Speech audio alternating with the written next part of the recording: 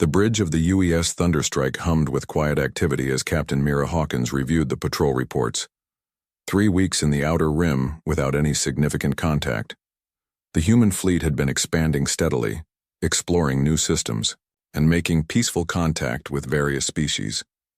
Most aliens they encountered were friendly enough, though many seemed nervous around humans for reasons that were never fully explained. Lieutenant Brandon Foster looked up from his communication station. "Captain, we're picking up something strange on the emergency frequencies." Mira walked over to his station. "What kind of strange?" "It's weak, but it's definitely a distress signal. The language is unknown, but our computers are trying to translate it." Brandon adjusted his controls and static filled the bridge speakers. Through the noise came broken words. "Help. Skyfire. Metal demons consume. World's burning. Anyone. Please." The translation software worked overtime, piecing together fragments. The message was desperate, filled with terror. Whoever sent it was facing something terrible. "Where is it coming from?" Mira asked. Navigation Officer Emma Rodriguez checked her displays. "Bearing 27 Mark IV, distance approximately 43 light-years. It's coming from the Keth system." Mira knew that system. Long-range surveys showed. It contained several inhabited worlds, but they had never made contact. The species there kept to themselves and had never responded to human diplomatic signals. "Captain," Brandon called out. "I'm getting more of the translation. They're calling themselves the Villani. And Captain, they mentioned something about death. Worlders. They say the stories can't be true, but they're asking for help from anyone, even the mythical Death Worlders." The bridge fell silent. Death Worlders. That's what some species called humans, though most humans didn't understand why. Earth was dangerous compared to most worlds, but it was home. "Sir," Emma said quietly, "if they're asking for help from Death Worlders and they think we're myths, maybe they don't know humans actually exist." Mira nodded slowly. The distress call painted a picture of a peaceful species under attack by something they called metal demons. The fragments mentioned entire worlds being destroyed, populations fleeing and nowhere left to hide. Communications. Try to send a response on the same frequency. Let them know we received their message and help is coming. Brandon worked his controls. "Message sent, Captain. Should we report this to command?" "Do it. Tell Admiral Roberts we have a situation that requires immediate response. Request permission to investigate." While they waited for orders, the distress signals continued. The computer translations improved as more data came in. The Villani were an advanced but peaceful species. They had been attacked without warning by something called the Korvac Empire. These Korvac had massive ships and weapons that could destroy entire cities from orbit. The most disturbing part was how quickly the attack had progressed. The signals indicated that the Korvac had already taken control of 2 systems and were advancing on the Villani homeworld.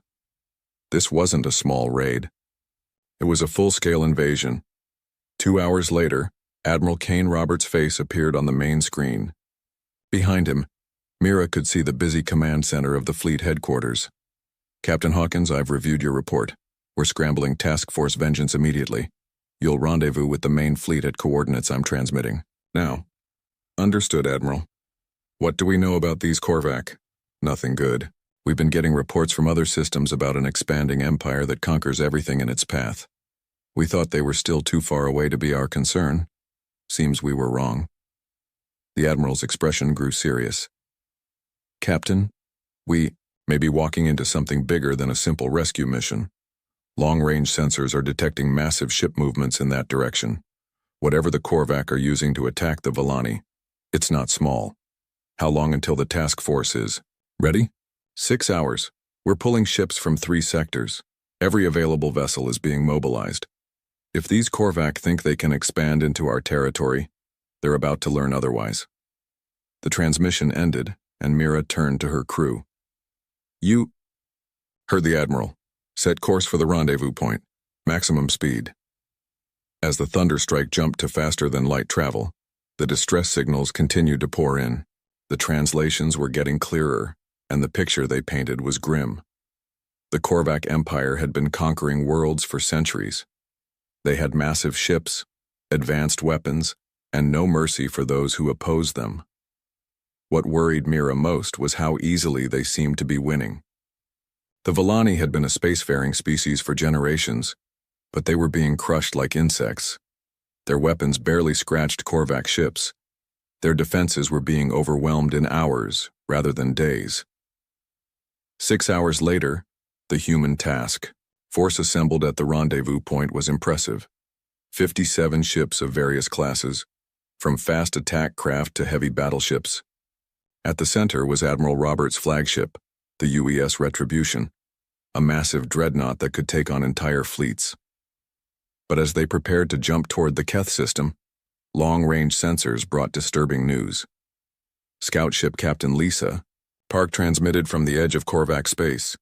Admiral, you need to see this. I'm sending you detailed scans of the enemy fleet heading for the Volani homeworld.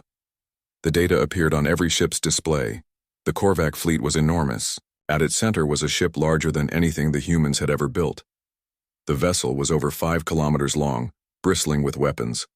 Around it were hundreds of smaller ships, each one still larger than most human vessels. My God. Someone whispered on the communication channel. Admiral Roberts studied the data. The flagship appears to be called the World Render, appropriate name considering what we're seeing. Navigation Officer Tim Walsh ran calculations on the Thunderstrike. Admiral, at current speeds, both our fleet and theirs will reach the Volani system within 12 hours. We might arrive at almost the same time. Then we'd better be ready for a fight the moment we drop out of faster-than-light travel. As the human fleet prepared to jump, Captain Hawkins received one final transmission from the Volani system.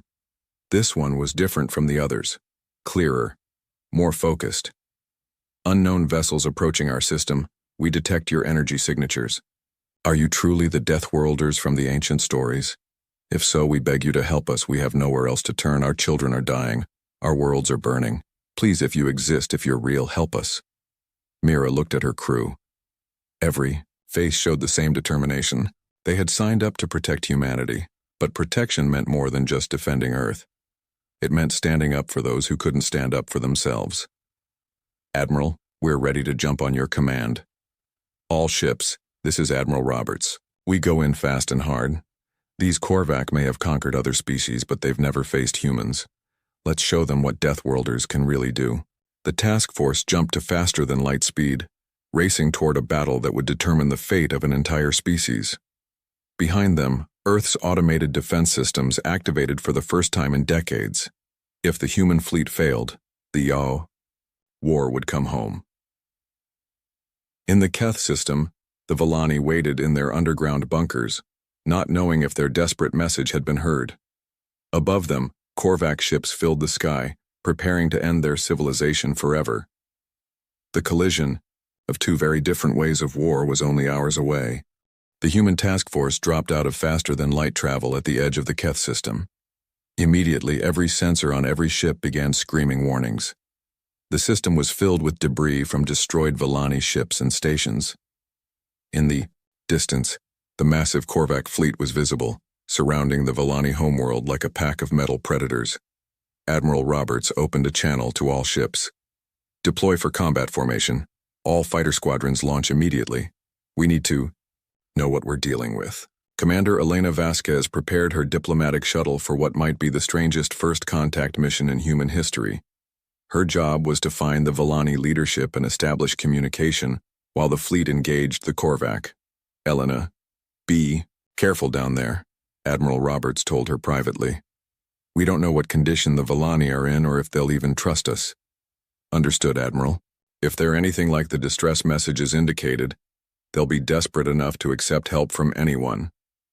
The shuttle launched from the UES Retribution and headed toward the planet's surface. Behind Elena, the human fleet spread out in attack formation. The Korvac had noticed their arrival and were beginning to turn their massive ships to face this new threat. On the Korvac flagship World Render, War Prime Thurok studied the approaching human vessels. The ships were smaller than his own, but they moved with precision that suggested military discipline. What species are these? He asked his intelligence officer. Unknown. Warprime. Our databases show no record of these ship designs or energy signatures. They appear to be from outside this region of space. Thurok dismissed the concern. No matter. We have conquered 43 species. One more will make no difference. Continue. The bombardment of the planet. These newcomers can watch their new friends die before we destroy them as well. But as Elena's shuttle approached the planet's surface, something unexpected happened. The Villani underground communication networks detected the shuttle's approach and began broadcasting identification signals. Unknown craft, please identify yourself. Are you the Death Worlders who answered our call? Elena activated the translation software and responded. This is Commander Elena Vasquez of the United Earthships Diplomatic Corps. We received your distress signal and have come to help. We need to locate your leadership for immediate coordination. The silence that followed stretched for nearly a minute. Then a new voice came through the communications, older and filled with amazement. Death Worlders are real. After all these cycles, the stories are true. Commander Vasquez, I am Elder Jorik of the Villani High Council. We are hiding in the deep bunkers beneath the capital city.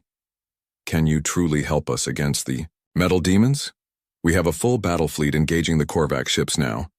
I need to meet with your leadership to coordinate our efforts. Elena landed her shuttle near the coordinates Jorik provided.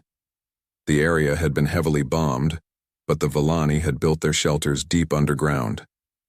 As she descended into the bunker complex, Elena got her first look at the species they had come to save. The Villani were tall and thin, with pale blue skin and large eyes adapted for low-light conditions. They moved gracefully but seemed fragile compared to humans.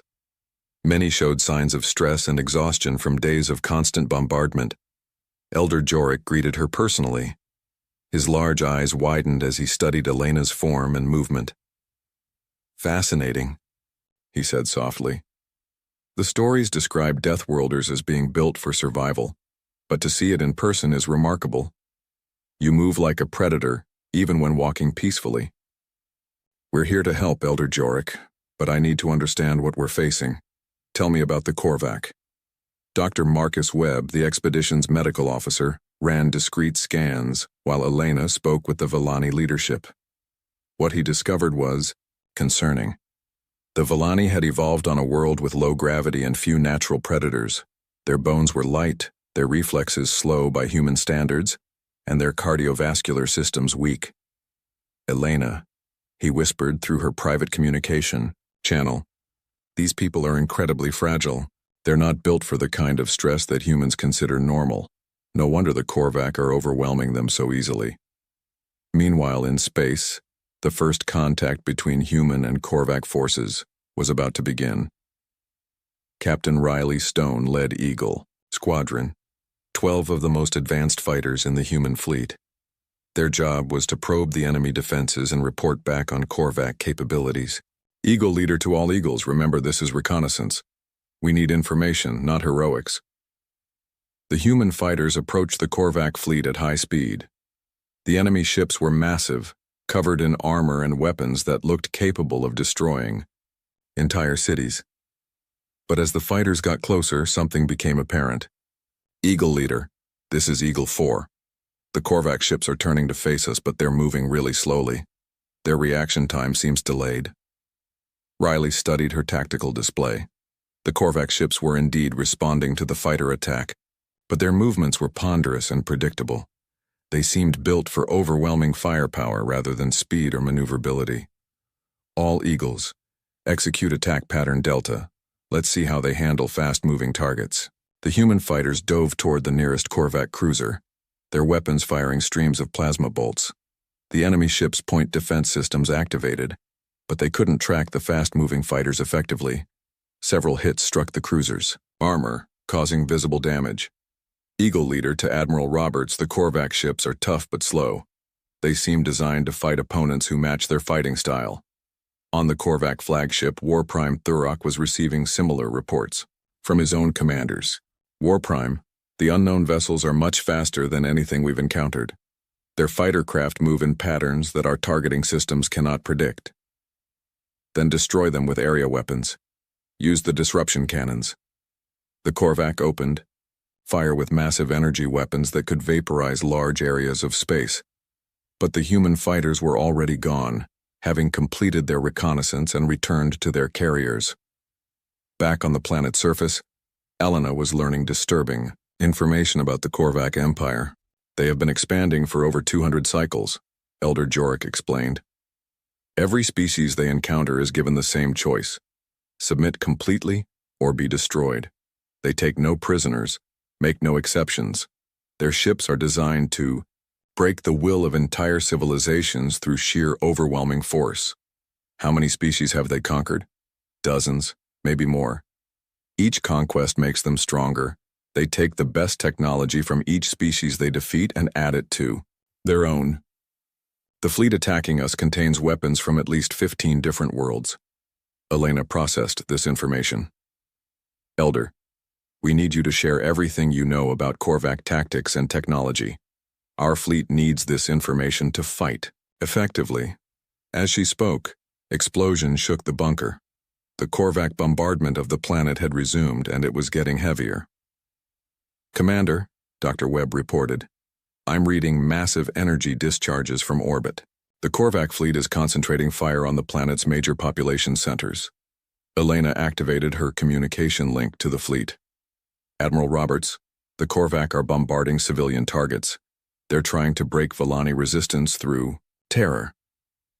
Understood, Elena. We're moving to engage. In space, Lieutenant Commander Jake Morrison commanded the destroyer UES Reaper.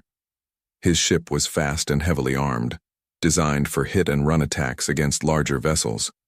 As the Korvac fleet focused their attention on the planet below, Morrison saw his opportunity. All hands, battle stations. We're going to show these Korvac what a real predator looks like. The Reaper accelerated toward a group of 6 Korvac cruisers that were bombarding the planet. The enemy ships were so focused on their attack that they didn't notice the human destroyer until it was too late. Morrison's weapons officer, Lieutenant Amy Foster, targeted the lead cruiser. Target locked, firing main guns. The Reaper's plasma cannons fired in rapid sequence, punching holes through the Korvac ship's armor. The enemy vessel tried to turn to face this new threat, but Morrison was already targeting the next ship. Come about hard starboard. Target the second cruiser.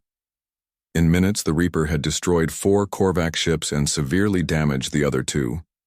The remaining enemy vessels finally managed to return fire, but Morrison's ship was already accelerating, away at speeds the Korvac couldn't match. On the world render, War Prime Thurok watched the tactical display with growing concern.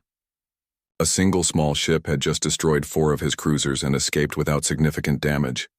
This was not how battles were supposed to proceed. All ships form defensive positions. These Deathworlders fight like nothing we have encountered before.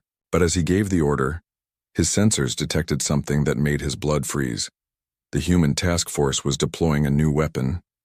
Energy readings spiked across the entire human fleet as they prepared something the Korvac had never seen before. What Thurok didn't know was that humans had been preparing for this moment.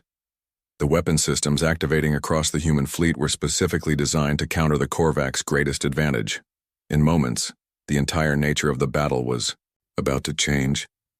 The weapon that War Prime Thurok detected was unlike anything the Korvac had encountered in their centuries of conquest. Across the human fleet, energy drainer devices activated, creating zones where all advanced technology simply stopped working. It was the Korvac Empire's most guarded secret, and they were about to use it to end this battle quickly. Energy drainers at full power, reported the Korvac technical officer. All enemy ships within range should be completely disabled. Thurok smiled as he watched the human fleet suddenly go dark. Every ship stopped moving, their lights went out, and their weapons powered down. It was always satisfying to watch a proud species realize how helpless they truly were. Send boarding parties to capture their command ship. I want to interrogate their leaders before we execute them.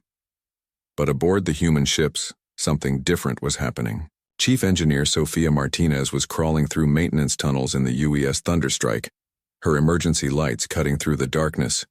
Captain, she called through her handheld radio. The energy drainer is affecting our main power systems, but our backup mechanical systems are still functional. Captain Mira Hawkins was already implementing emergency procedures that no other species had ever considered necessary. All hands, switch to manual control systems. Engineering, get me chemical propulsion online. Throughout the human fleet, crews were doing something the Korvac thought impossible. They were fighting without their advanced technology. Backup systems that relied on simple chemical reactions and mechanical processes came online. Manual targeting. Systems that used optical sights replaced computer guidance. On the Korvac flagship, the technical officer stared at his readings in confusion. Warprime, the enemy ships are moving again. This is impossible. The energy drainer should have completely disabled them. Scan them again. Are they using some unknown technology? No, Warprime. They appear to be using primitive chemical rockets and mechanical systems. It's as if they prepared for this situation.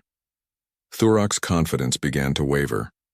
In 200 years of conquest, no species had ever continued fighting after being hit by energy drainers. Most surrendered immediately when their advanced systems failed. Aboard the UES Reaper, Lieutenant Commander Jake Morrison was discovering just how versatile human military training could be. His ship was running on backup power, but his crew was still functional. Navigation, plot an intercept course using chemical thrusters only. Weapons, switch to kinetic projectiles and chemical explosives. Sir, we'll be moving much slower than normal, his navigation officer warned. Then we'll have to be smarter instead of faster. The Korvac won't expect us to keep fighting. Let's use that surprise. The Reaper moved toward the nearest Korvac ship using simple rocket propulsion. It looked primitive compared to the advanced drives both fleets normally used, but it worked. More importantly, it was completely unaffected by the energy drainer field. Meanwhile, on the planet's surface, the real test of human adaptability was beginning. Korvac shock troops were landing in massive transport ships, beginning the ground invasion of the Villani homeworld. General Patricia Cross had been coordinating the defense from her command ship when the energy drainer activated. Now she was doing something that would have been impossible for most species. She was continuing to fight without any advanced technology at all. All ground units switched to manual communication systems. We're going old school, people. Radio discipline will be critical. Staff Sergeant Tommy Reynolds led Alpha Squad toward the primary Korvac landing site. His men were equipped with weapons that could function regardless of energy drainer effects. Chemical projectile weapons, explosive charges, and close combat gear. The Korvac shock troops that emerged from their landing craft were impressive. They wore advanced armor powered by energy systems and carried plasma weapons that could cut through most materials. They were also completely dependent on their technology. Contact. 200 meters, Reynolds whispered into his radio. Count 20 Korvac troops in powered armor. The first exchange of fire revealed a crucial difference between human and Korvac ground tactics. The Korvac relied on their superior equipment to win battles. They advanced in straight lines, trusting their armor to protect them while their powerful weapons destroyed any resistance. But when Reynolds and his squad opened fire with old-fashioned chemical projectile weapons, something unexpected happened. The kinetic impact of metal bullets striking Korvac armor created damage that energy weapons couldn't heal. The aliens had never faced opponents who used such primitive but effective tactics. Their armor is tough, but it's not designed for kinetic impact, Reynolds reported. Concentrate fire on joints and helmet seals. The human squad moved through the ruined city like predators hunting prey. They used cover, moved in coordinated patterns, and adapted their tactics based on what they learned about their enemies. The Korvac, by contrast, had never needed to develop such skills. Back in space, the energy drainer was creating problems for both sides. The Korvac had expected it to end the battle quickly, but instead, it had created a new kind of fight. Both fleets were now operating with limited technology, but only the humans had trained for this scenario. Captain Riley Stone was leading her fighter squadron in an attack that would have been impossible under normal circumstances. Her fighters were using chemical rocket engines and firing unguided missiles that relied on pilot skill rather than computer targeting. Eagle Squadron, form up on me. We're going to do this the old-fashioned way. The human fighters dove toward a Korvac cruiser. their pilots manually calculating attack angles and firing solutions. It was dangerous and required incredible skill, but it worked. The Korvac point defense systems designed to track computer-guided missiles couldn't adapt to the unpredictable flight patterns of manually piloted attacks. On the planet's surface, Dr. Marcus Webb was making a discovery that would prove crucial to the battle's outcome. While treating wounded Volani civilians, he had been running tests on captured Korvac technology. "Commander Vasquez, you need to see this. I've been analyzing Korvac neural patterns from their fallen soldiers." Elena looked at Webb's portable scanner. "What am I looking at, Doctor?" "The Korvac have cybernetic implants connected to their brains. These implants help them coordinate their attacks and share tactical information instantly. But there's a side effect." "What kind of side effect?" "They're partially dependent on these systems for basic cognitive functions. When the energy drainer is active, it's not just affecting their equipment. It's affecting their ability to think clearly and make decisions." Elena realized the implications immediately. That's why their tactics seem so rigid. They're used to having computer assistance for everything. Exactly. Humans evolved to think independently and adapt quickly. The Korvac evolved to rely on technology for mental enhancement. In this environment, we have a significant advantage. This information was quickly transmitted to the fleet, where Admiral Roberts was planning the next phase of the attack. If the Korvac were mentally impaired by the energy drainer, it was time to press that advantage. "All ships prepare for coordinated assault. We're going to hit them hard while they're still confused." The human fleet began moving in formation toward the Korvac vessels. They were slower than usual, running on backup systems, but they were still thinking clearly and adapting to the situation. War Prime Thurok watched the approaching human ships with growing panic. His own crews were struggling to respond effectively. The energy drainer that was supposed to give him victory was becoming a liability. "War Prime, our response times are severely degraded. The crews are having difficulty with manual control systems. Then boost power to the drainer field. Increase the effect." "Sir, if we increase power any further, it will affect our own systems even more severely." Thurok faced a decision no Korvac commander had ever confronted. His superweapon was hurting his own forces almost as much as it was hurting the enemy. But the alternative was to turn it off and face the human fleet at full power. On the planet below, Staff Sergeant Reynolds and his squad had been fighting continuously for 18 hours. They had moved from position to position, harassing Korvac forces and denying them control of key areas. The aliens couldn't understand how these primitive biological beings could continue fighting for so long without rest or mechanical assistance. "Reynolds, this is General Cross, status report." "We're still operational, General. The Korvac are having trouble adapting to our tactics. They keep trying to use the same approaches that probably worked against other species. Keep up the pressure." "Sergeant, intelligence suggests that their mental capabilities are being affected by their own energy drainer. The longer this goes on, the bigger our advantage becomes." Reynolds looked at his men. They were tired, dirty, and running low on ammunition, but they were still fighting, still thinking, still adapting. The Korvac shock troops they had been facing were becoming more predictable with each engagement. In space, the final phase of the battle was about to begin. Admiral Roberts had made a decision that would determine the fate of both the Volani and humanity's first major conflict with the Korvac Empire. "All ships, this is the Admiral. In 60 seconds, we're going to show the Korvac why humans are called Deathworlders. Prepare for final assault." Admiral Roberts' final assault began with a move that no Korvac strategist had ever considered possible. Instead of trying to overcome the energy drainer field, the human fleet embraced it.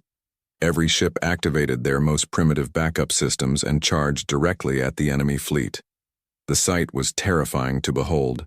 57 human warships, running dark except for chemical rocket flames, moving in perfect formation despite having no computer coordination. Each ship was guided by human intuition, experience, and the kind of tactical thinking that could only come from a species that had evolved through constant warfare.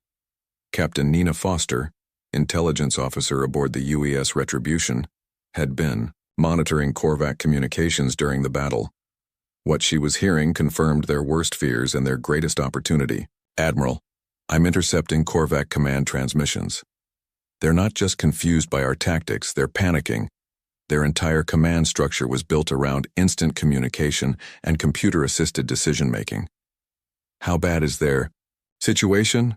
"Sir, they're having trouble with basic coordination. Individual ships are making conflicting decisions. Some want to retreat, others want to increase the energy drainer power, and others want to shut it down entirely." Roberts smiled, grimly. "Then it's time to give them something else to worry about." The human fleet's assault reached the outer edge of the Korvac formation, just as War Prime Thurok was trying to regain control of his forces. The enemy flagship World Render was massive and powerful, but it was also slow and dependent on systems that were being disrupted by its own weapon. Colonel David Park had been preparing for this moment since the battle began. His Marine assault teams were equipped for the most dangerous kind of combat: boarding actions against enemy vessels. As the human fleet closed with the Korvac ships, Park's forces launched in small, heavily armored shuttles. All boarding teams, remember your training. These Korvac have never faced boarding actions. They're not prepared for close-quarters combat. The first human boarding party hit a Korvac cruiser near its engine section. The aliens inside the ship had never experienced anything like what followed. Humans in combat armor moved through the corridors like living weapons, adapting to the ship's layout in minutes and systematically taking control of key systems. The Korvac crew tried to resist, but their tactics were designed for ship-to-ship combat, not hand-to-hand fighting in confined spaces. Worse, their cybernetic implants were malfunctioning due to the energy drainer, leaving them confused and slow to react. "Bridge secured," Park reported from inside the enemy cruiser. "Korvac crew is surrendering. They seem completely unprepared for this type of warfare." Master Sergeant Lisa Duncan was leading a similar assault on another Korvac vessel. Her team had taken control of the ship's weapon systems and were now turning the enemy's own guns against their former allies. "Admiral Roberts, this is Duncan.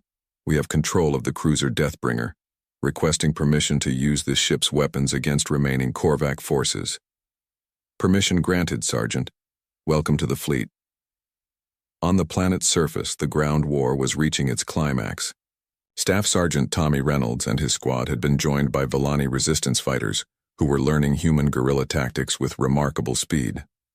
Elder Quinn, a Volani scientist who had never held a weapon before the invasion, was now coordinating attacks against Korvac supply lines. The experience of working with humans was changing how the Volani thought about warfare. "Sergeant Reynolds, the metal demons have established a command post in the old temple complex. Our people say it cannot be taken, but you humans seem to make the impossible routine."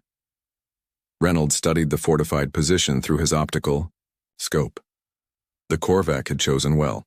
The temple was on high ground with clear fields of fire in all directions. Taking it would require tactics that most species would consider suicidal. "Quinn, how well do your people know the underground tunnel systems?"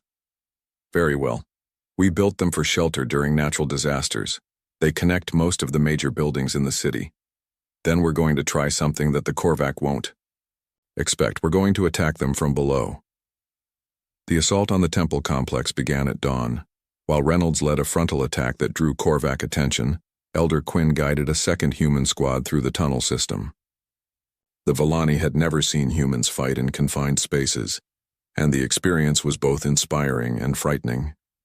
The humans moved through the tunnels with practiced efficiency, using hand signals and sound discipline that would have impressed professional soldiers from any era.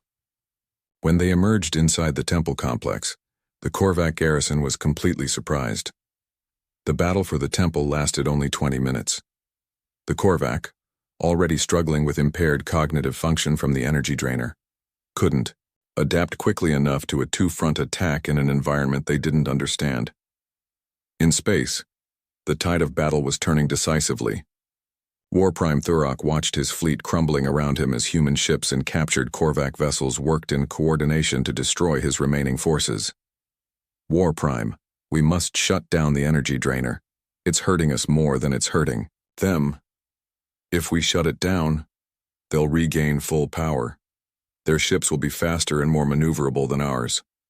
Sir, with respect, they're already defeating us with primitive systems. At least without the drainer, our crews will be able to think clearly again.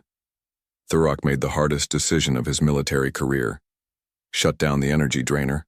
All ships, prepare for full power combat. But as the energy field dissipated, and both fleets returned to full operational status, Thurok realized he had made a terrible mistake. The human ships didn't just regain their advanced systems. They regained them while maintaining the tactical advantages they had developed during the low-tech fighting. Captain Mira Hawkins felt the Thunderstrike's main engines come back online, but her crew continued using the manual backup systems they had mastered during the drainer field operation. The combination of high technology and primitive tactics was devastating. All weapons online, Captain. We have full targeting systems available. Negative. Maintain manual targeting. The computer systems make us predictable. I want the Korvac to keep guessing what we're going to do next. The human fleet's renewed assault was unlike anything the Korvac had ever faced.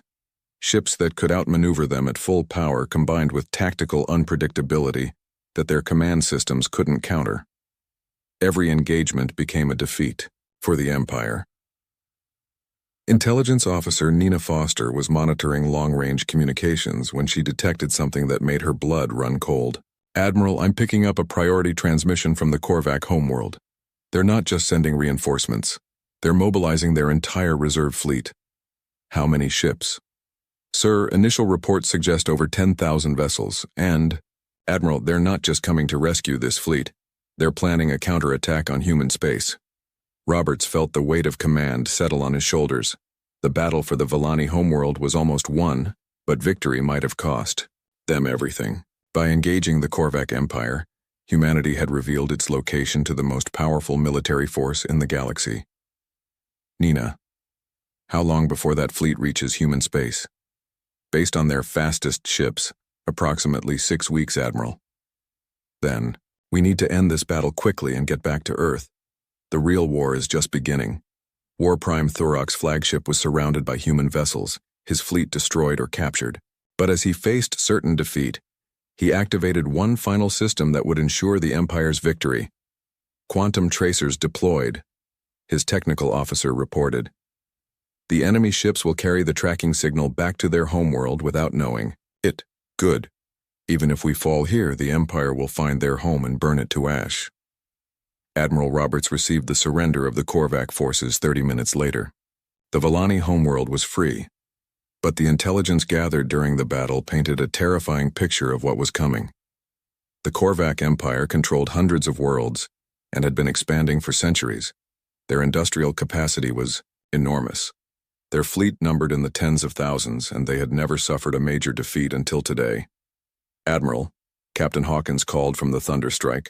We're receiving a communication from Earth Command. They want an immediate status report. Roberts looked out at the debris field that had once been the Korvac fleet. They had won this battle through superior tactics and human adaptability, but the next fight would be on a scale that would test humanity's survival. On the planet's surface, Elder Jorek stood in the ruins of his city, watching human soldiers help. Villani civilians emerged from their shelters. The Deathworlders had kept their promise. They had saved his people from extinction. Commander Vasquez, how can we ever repay this debt? Elena looked up at the sky where human ships were already preparing to leave. Help us fight what's coming, Elder. This war is far from over. Staff Sergeant Reynolds was coordinating the evacuation of human forces when Elder Quinn approached him. The Villani scientist had fought alongside humans for 3 days and had seen things that would change his species forever. Sergeant, I have studied your tactics and methods. I wish to learn more about how humans wage war. Why, Elder? Your people are peaceful. War isn't your nature. Perhaps not, but the galaxy is not peaceful. If we are to survive what is coming, we must learn from those who have mastered survival. As the human fleet prepared to depart the Keth system, every ship was carrying intelligence data about the Korvac Empire. The information was crucial, but it was also terrifying. Humanity was about to face an enemy that had never been defeated, never been stopped, and never shown mercy to those who opposed them. But as Admiral Roberts plotted the course back to Earth, he realized something important.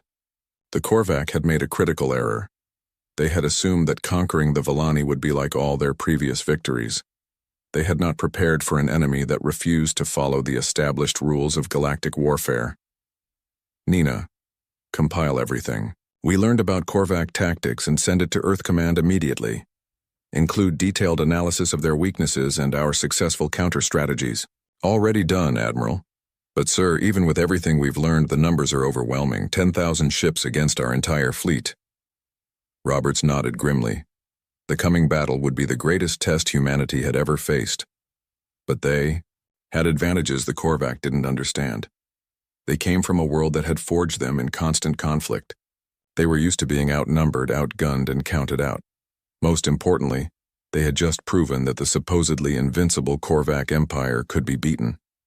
The human fleet jumped to faster than light speed, racing back toward Earth to prepare for the war that would determine the fate of human civilization. Behind them, the Volani began the long process of rebuilding their world. But this time they would not be defenseless. The galaxy was about to learn what happened when an unstoppable force met an immovable object. The Korvac Empire had spent centuries conquering peaceful species. Now they were going to face the Death Worlders in their own home system. The quantum tracers hidden on the human ships would lead the Korvac directly to humanity's greatest strength and greatest weakness, the planet Earth itself. The Korvac fleet that approached the Sol system 6 weeks later was the largest military force ever assembled in galactic history. 10,000 ships of various classes, led by Supreme War Master Krex, aboard the massive dreadnought Worldbreaker. The vessel was even larger than the destroyed flagship from the Volani system, built specifically to end the human threat once and for all. Admiral Roberts stood on the bridge of the UES Retribution, now positioned near Jupiter's orbit. Around him, every available human ship had been assembled for this final battle. 400 vessels in total, facing an enemy force 25 times their size. Admiral, reported Fleet Captain Alex Morgan from the dreadnought UES Prometheus.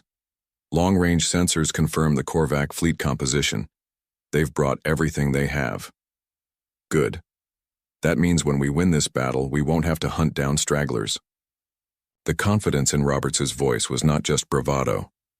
The 6 weeks since the Volani rescue had been the most intensive preparation period in human history.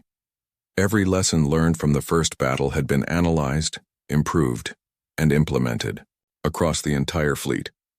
Commander Ruth Santos was coordinating the evacuation of non-combatant personnel from Earth to the outer colonies. The plan was simple in concept but terrifying in execution. Earth would serve as both fortress and bait, drawing the Korvac fleet deep into the Sol system where humanity's greatest advantage could be brought to bear. Ruth, status on civilian evacuation? Roberts asked. 96% complete, Admiral. The remaining personnel are essential military and scientific staff. Everyone else is safely beyond the asteroid belt. What the Korvac didn't know was that the Sol system had been turned into the ultimate battlefield. Every asteroid had been equipped with engines and weapons. The planet Mars had become a massive military base. Even Earth's moon now bristled with defensive installations that could destroy entire fleets. But the most important preparation had been sharing human military doctrine with their new allies.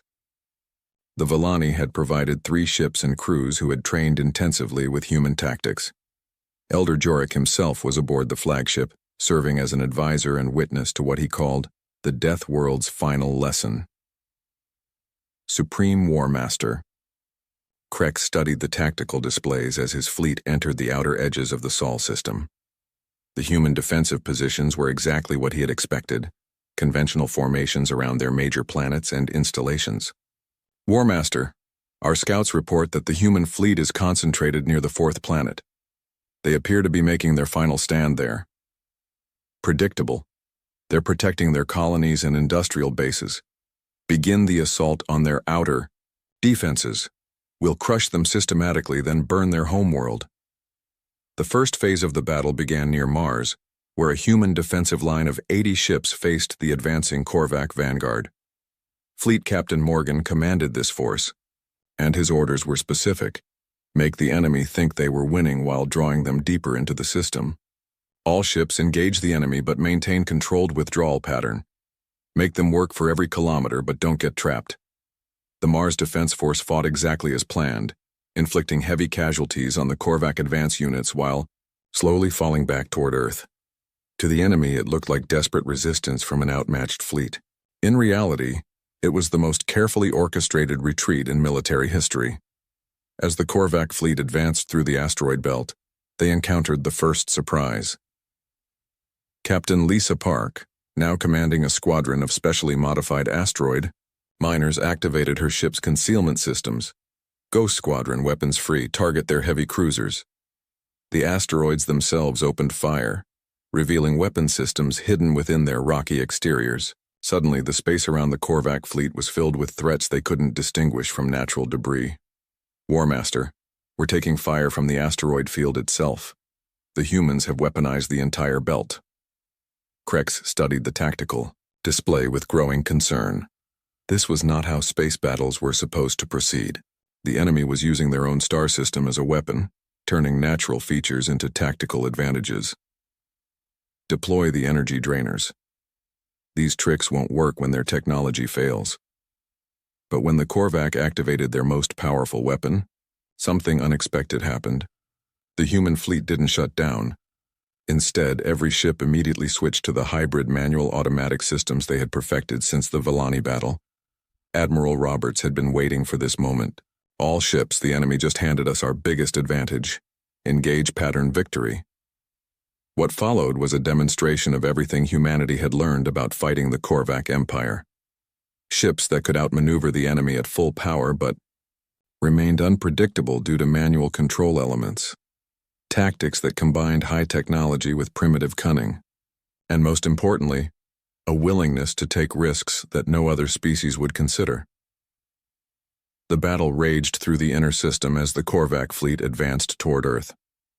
Every step of the way, they faced new surprises. Automated weapons platforms, hidden on moons, fighter squadrons launching from concealed bases.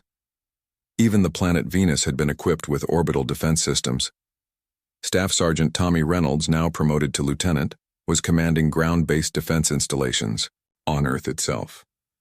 His job was to coordinate the planet's final defensive systems if the space battle was lost. Lieutenant, reported Sergeant Amy Foster, the orbital platforms are taking heavy damage. Some Korvac ships are breaking through the defensive lines.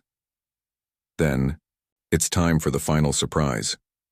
Earth's moon had been quietly repositioned over the past 6 weeks, moved by massive engines to a precisely calculated orbit. As the Korvac fleet closed on humanity's homeworld, Luna began to move again. Supreme War Master Krex watched in horror as Earth's natural satellite accelerated toward his fleet, its surface bristling with weapons that had been hidden for decades. The moon itself had become a battleship, and it was coming directly at his command vessel. All ships, emergency evasive maneuvers. How is this possible? Elder Jorik, watching from the human flagship, spoke quietly to Admiral Roberts. My people always wondered how Deathworlders could achieve such impossible things. Now I understand. You don't just adapt to your environment, you reshape it to serve your needs. The final phase of the battle was unlike anything in galactic history. The Korvac fleet found itself trapped between Earth's orbital defenses, the weaponized moon, and a human fleet that fought with the coordinated fury of apex predators defending their home.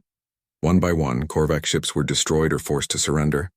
The energy drainer that had been their ultimate weapon became a liability, as human crews continued fighting effectively, while Korvac forces struggled with impaired cognitive function. Supreme War Master Krex faced the same choice that War Prime Thurok had confronted at Villani. But this time the decision came too late. His flagship was surrounded, his fleet was shattered, and the humans were demanding unconditional surrender. This is Admiral Roberts of the United Earth Fleet. You have 30 seconds to stand down all weapons and prepare to be boarded. This is your only warning. Krex looked at the tactical display one final time. Of his 10,000 ships, fewer than 200 remained operational. The humans had destroyed the largest fleet in galactic history using fewer than 400 vessels and their own star system as a weapon. Stand down all weapons. Signal surrender to the human fleet. The battle for Earth was over, but its consequences would reshape the galaxy. News of the Korvac Empire's defeat spread quickly through the galactic communication networks. For the first time in centuries, a major power had been completely defeated. Elder Jorek stood beside Admiral Roberts as they watched Korvac survivors being taken into custody. The Villani leader had witnessed something that would change how every species in the galaxy viewed both warfare and humanity. Admiral, my people will want to know how this was possible. How did you defeat such overwhelming numbers? Roberts looked out at the debris field that surrounded Earth, then at the planet below where billions of humans were emerging from shelters to celebrate their survival. Elder, we didn't win because we're stronger or smarter than the Korvac.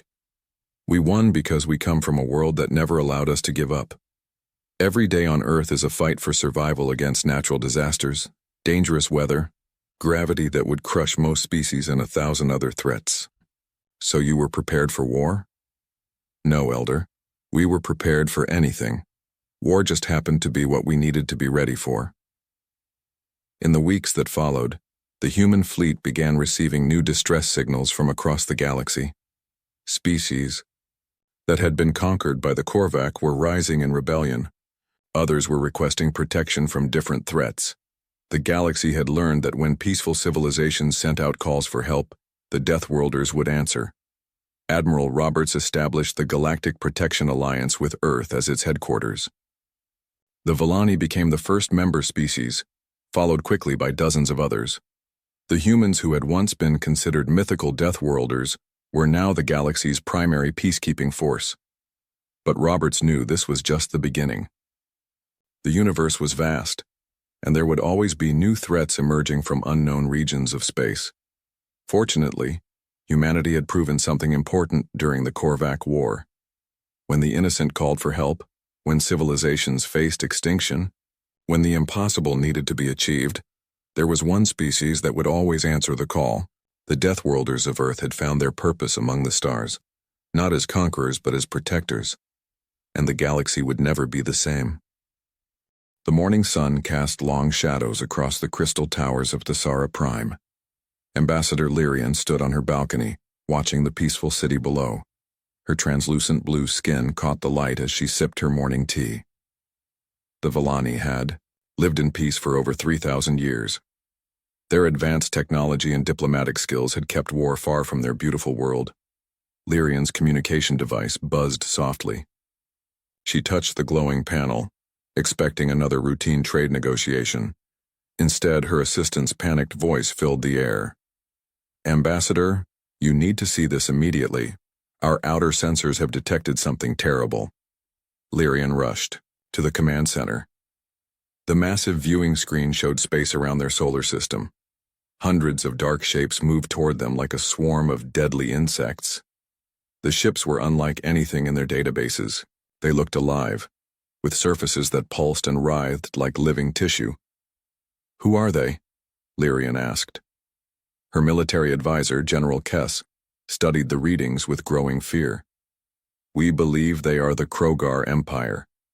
We have heard whispers about them from distant worlds. They destroy everything they touch. The enemy fleet was massive. Each ship looked like it had been grown rather than built. Biomechanical weapons jutted from their hulls. As Lyrian watched, smaller scout ships broke away from the main force and accelerated toward the outer planets. How long until they reach us? She asked. 18 hours for the scouts. 3 days for the main fleet. Lyrian felt her heart sink.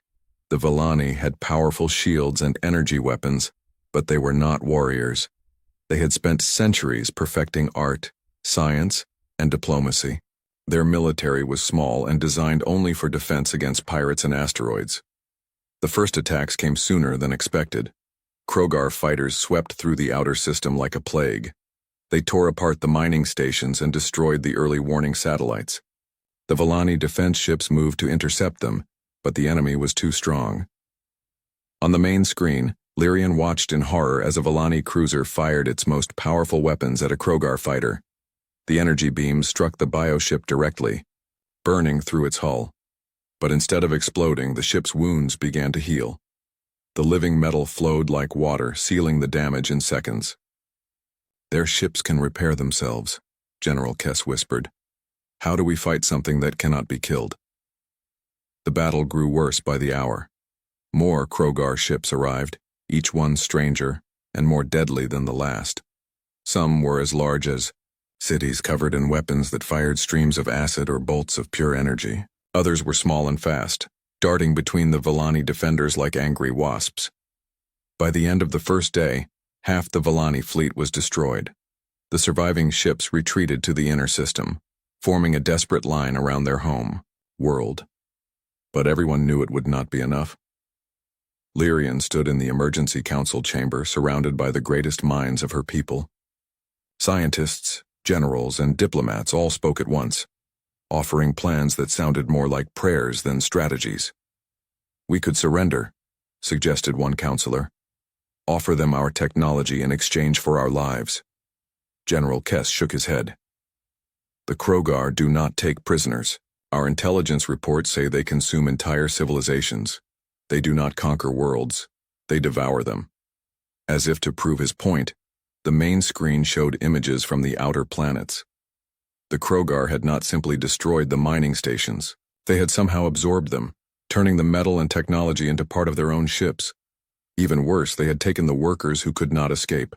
The bioships had literally eaten them, adding their knowledge and skills to the Krogar collective.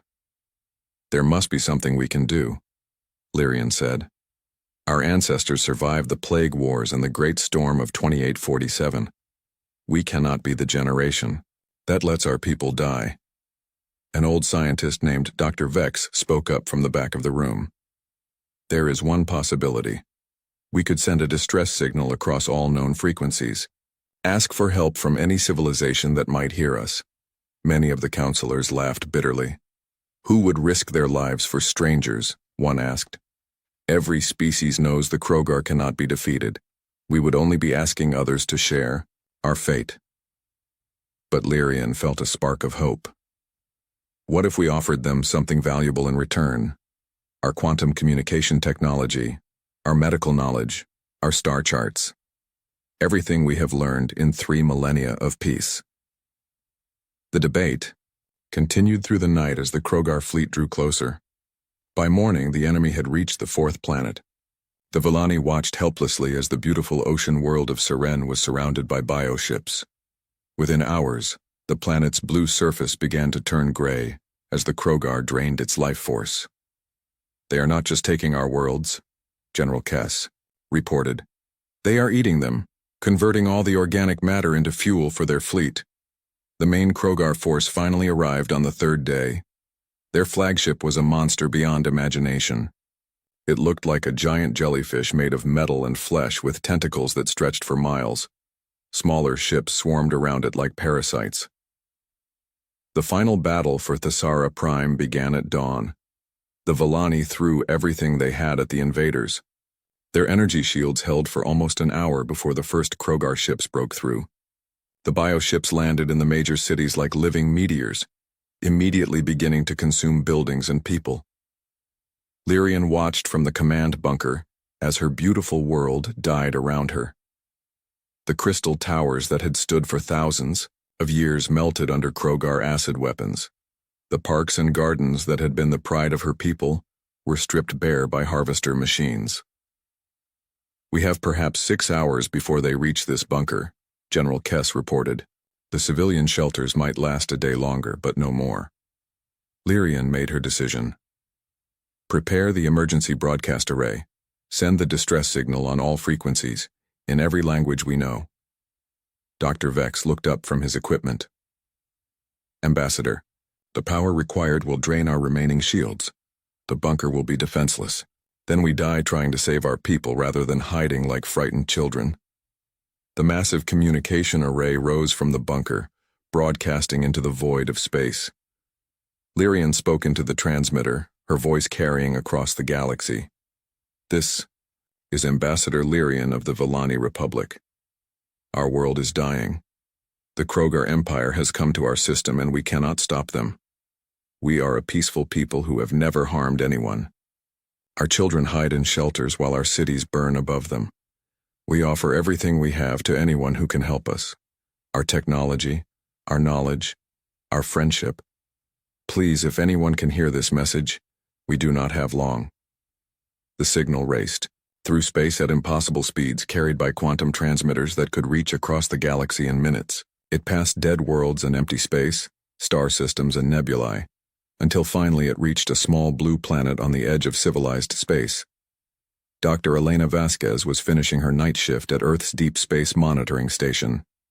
She had been listening to the cosmic radio waves for 12 years, hearing nothing but static and the occasional pulsar. She was about to go home when her equipment detected something new. The alien voice was beautiful and sad, speaking in a language her computers had never heard before, but the translation programs worked quickly, and within minutes Elena understood the desperate message.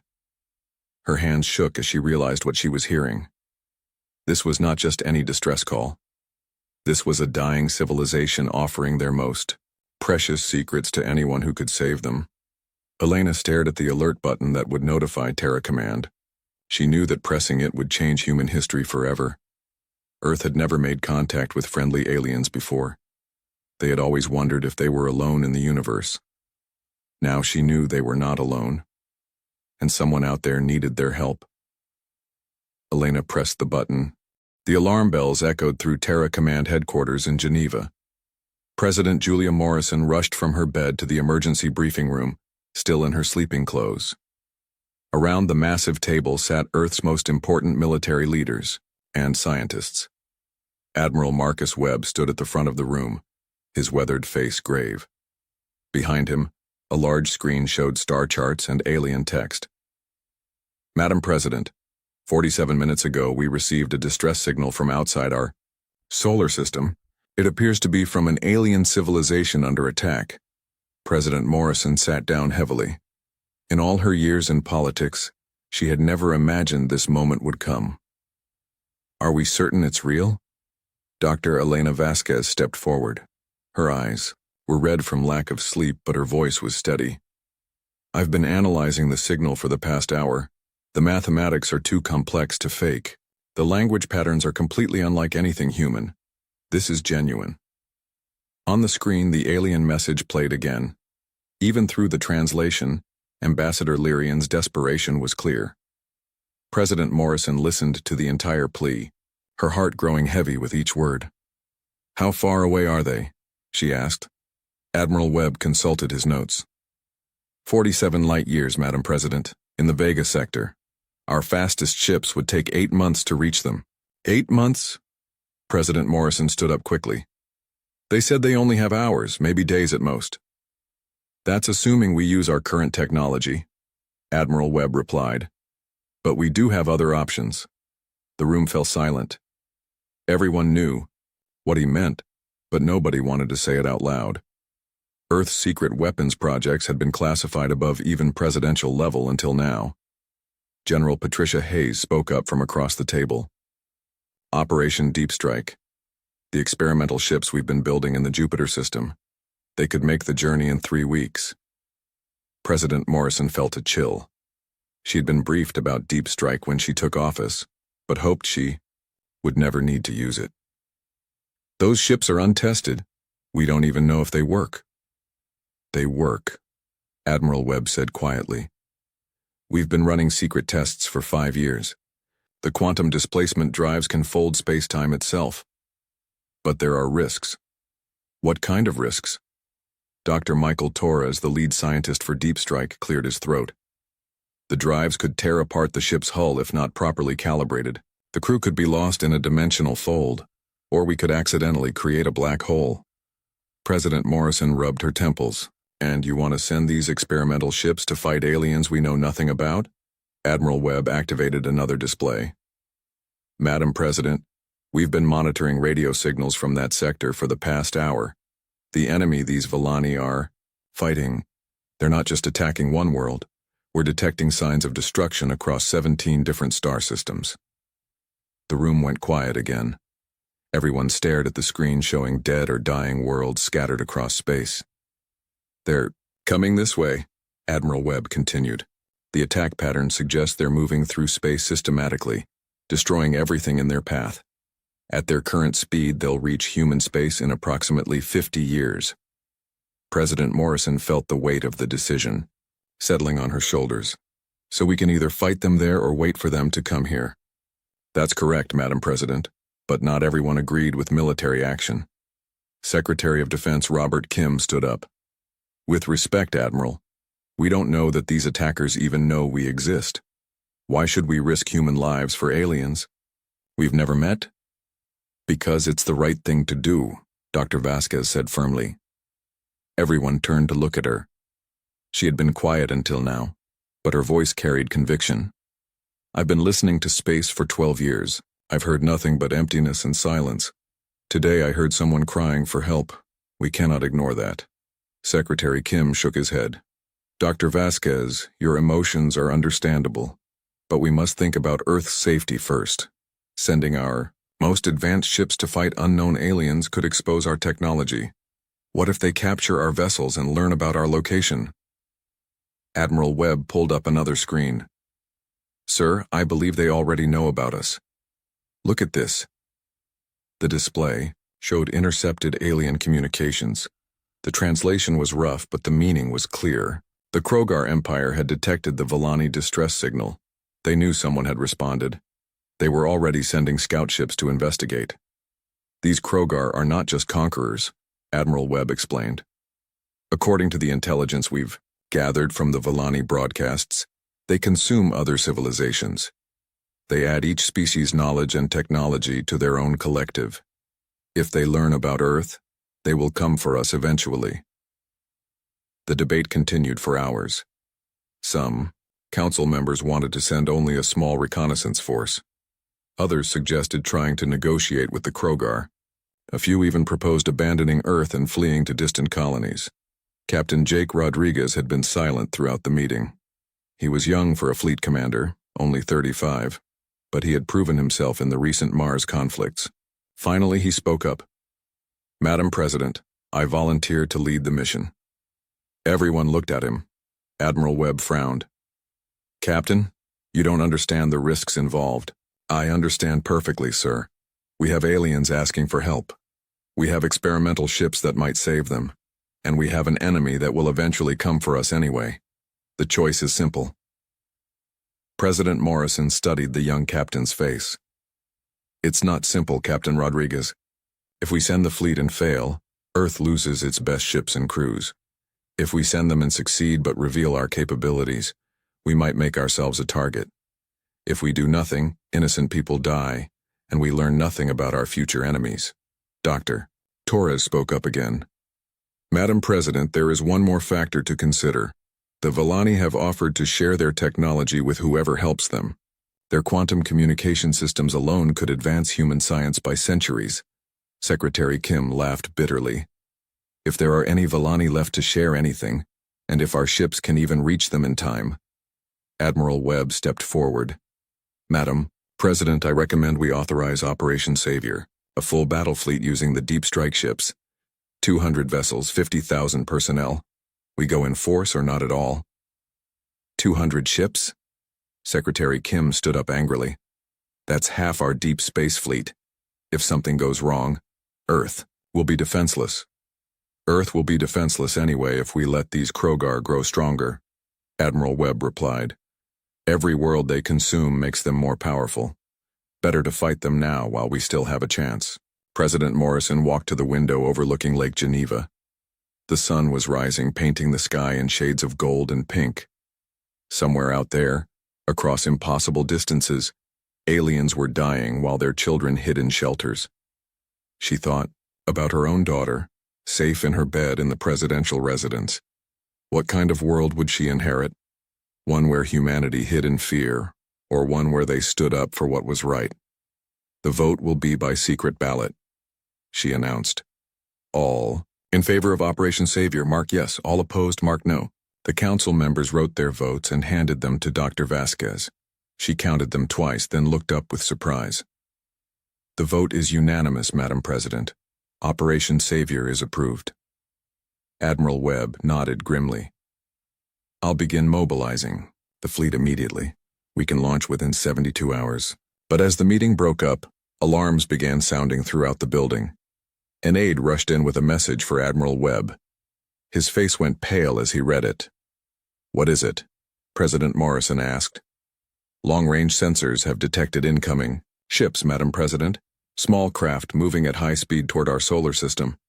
They appear to be Krogar scouts." The room went silent. Secretary Kim was the first to speak. "How long until they arrive?" 6 days, sir." President Morrison felt the world shift around her. The decision had been taken out of her hands. They were no longer debating whether to fight, but where to make their stand. "Admiral Webb, you have authorization for immediate launch."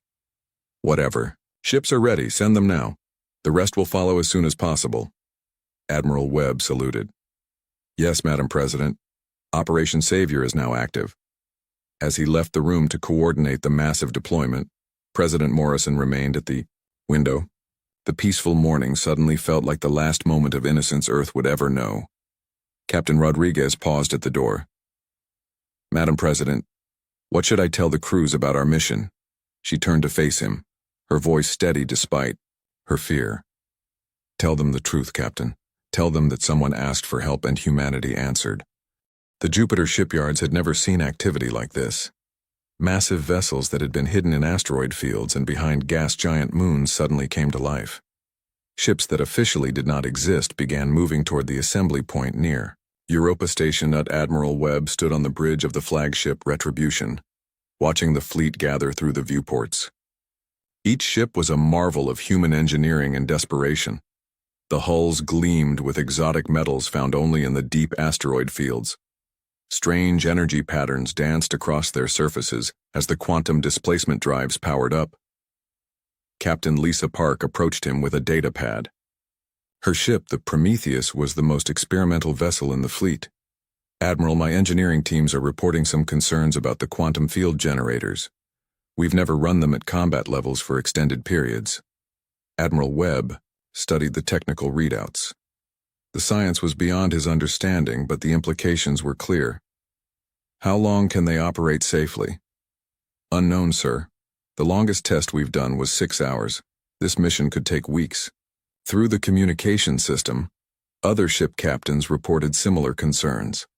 The quantum displacement technology was revolutionary but untested. It allowed ships to partially exist outside normal space-time, making them nearly impossible to target. But the energy requirements were enormous, and the side effects on human crews were still being studied. Lieutenant Tom Hayes was in the navigation center, plotting the course to the Villani system. The young officer had volunteered for the mission despite knowing the risks.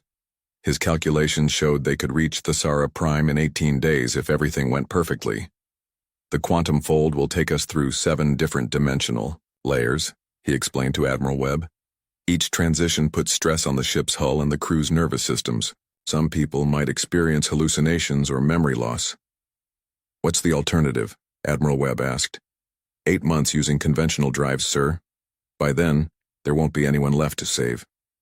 In the weapons bay, engineer Raj Patel was making final modifications to humanity's most destructive devices.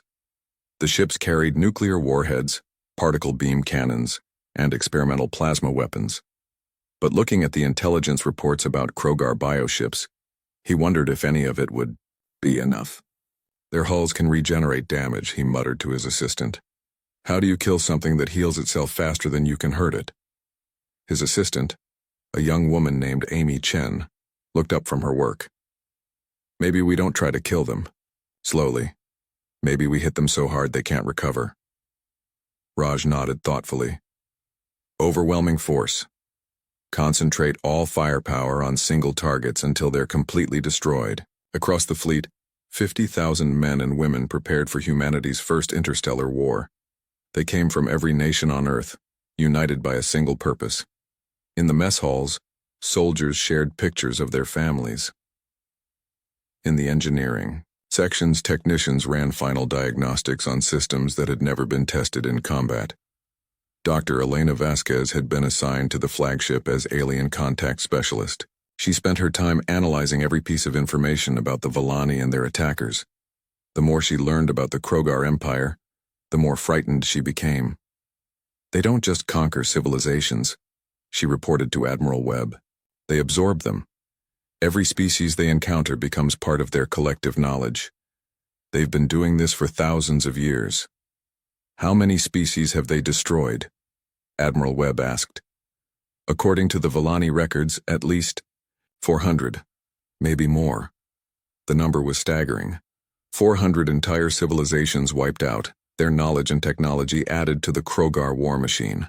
Admiral Webb realized that humanity was not just fighting for the Volani, but for every species the Krogar might encounter in the future. On the observation deck, Captain Rodriguez stood with some of his crew, looking out at the gathering fleet. His destroyer Defiance was one of the smaller ships, but he was proud of his crew. They had trained together for 3 years, preparing for missions they never imagined would be real. "Captain, do you think we can win?" asked Ensign Maria Santos. Rodriguez considered the question carefully. "I don't know if we can win, but I know we have to try." In the medical bay, Dr. Sarah Williams prepared for casualties that might be unlike anything human doctors had ever seen. The Krogar used biological weapons that could dissolve metal and flesh alike. She had developed new treatments based on the limited information from Volani medical records. "We have no idea how human biology will react to Krogar toxins," she told her staff. "We'll have to learn as we go." The final launch preparations took place in a frenzy of activity. Supplies were loaded, weapons were tested, and families said goodbye to their loved ones. Many of the crew members knew they might never see Earth again. President Morrison arrived at Jupiter Station to see them off. She moved through the ships, speaking with the crew and trying to project confidence she did not feel. These brave men and women were risking everything for aliens they had never met. In the communications center, the latest messages from Thesara Prime painted a grim picture. The Volani were down to their last few defensive positions. Their beautiful cities had been reduced to rubble and metal slag. Ambassador Lyrian's voice was growing weaker with each transmission. "We estimate 3 more days before the main shelters are compromised," her latest message said. "Our children ask us when help will come. We tell them soon, but we no longer know if that is true." Admiral Webb gathered his senior officers for a final briefing. The holographic display showed the Thesara system and the massive Krogar fleet surrounding it. "Intelligence estimates over 3,000 enemy vessels," he said. "Their smallest ships are the size of our cruisers. Their largest are beyond classification." Captain Park studied the tactical display. "Admiral, what if we're wrong about our technology? What if the quantum displacement doesn't work against their weapons? Then we die fighting," Admiral Webb replied simply. "But at least we'll take some of them with us." The fleet launched at 800 hours Greenwich Mean Time. 200 ships disappeared into quantum fold space, leaving only energy distortions to mark their passage. On Earth, families gathered around television screens to watch the historic departure. The journey through folded space was unlike anything the crew had experienced. Reality bent and twisted around the ships. Stars appeared as streaks of light, and time seemed to flow at different rates in different parts of the vessel. Some crew members reported seeing things that could not be there. Phantom images of Earth, memories that seemed to play out in the corridors, voices of people who were light years away. The ship's doctors worked around the clock to keep everyone functional. "It's like the quantum field is connecting us to places and times that shouldn't exist," Dr. Williams reported. "The human brain isn't designed for this kind of travel." But they pressed on, driven by the knowledge that innocent people were dying while they raced through the void. Each day brought new reports from Thesara Prime. The situation grew more desperate with each passing hour. On the 10th day of their journey, Lieutenant Hayes detected something troubling in the quantum field readings. "Admiral, I'm showing massive spatial distortions ahead of us. Something large is moving through this region of space." Admiral Webb joined him at the navigation console. The displays showed energy patterns unlike anything in their databases. Could it be natural phenomena? A black hole or neutron star? "Negative, sir. These readings are consistent with artificial drives, very large artificial drives. The implication hit everyone at the same time. They were not alone in this region of space. Something else was moving through the quantum fold." heading in the same direction they were. Captain Park's voice came over the communication system from the Prometheus. "Admiral, my sensors are detecting metal and organic compounds in the distortions. Whatever's out there, it's partially alive." Admiral Webb felt ice in his veins. "Krogar ships. They're using some kind of biological space-folding technology."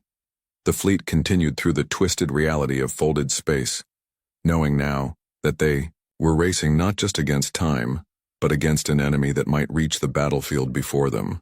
The Krogar had been fighting interstellar wars for millennia. Humanity had been in space for barely a century.